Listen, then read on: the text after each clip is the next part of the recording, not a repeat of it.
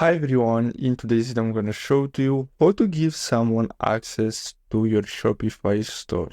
So the first step is to simply go to your settings, and then you'll have to go to users and permissions.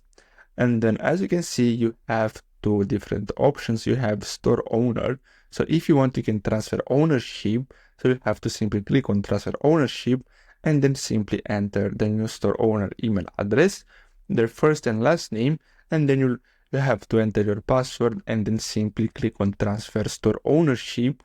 Now, if you want to add someone to help you with your store, maybe you want to help you with the design of the store, you can add them as staff. So as you can see, based on your plan, you can add up to 15 people, but as you can see, I can add only 2 because I have the free plan. So you have to simply click on add staff, then enter their first and last name and then their email address.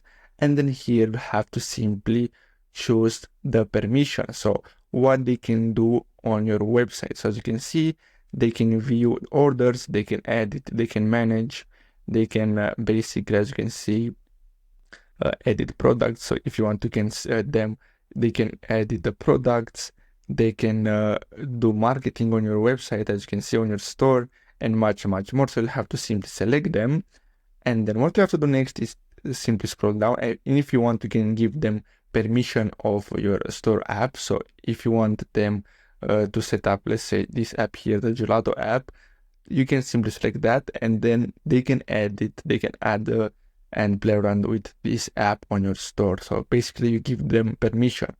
After that, you'll have to simply click on send invite, and then they can simply join and help you with your store. So I hope you found this video helpful. Thanks for watching.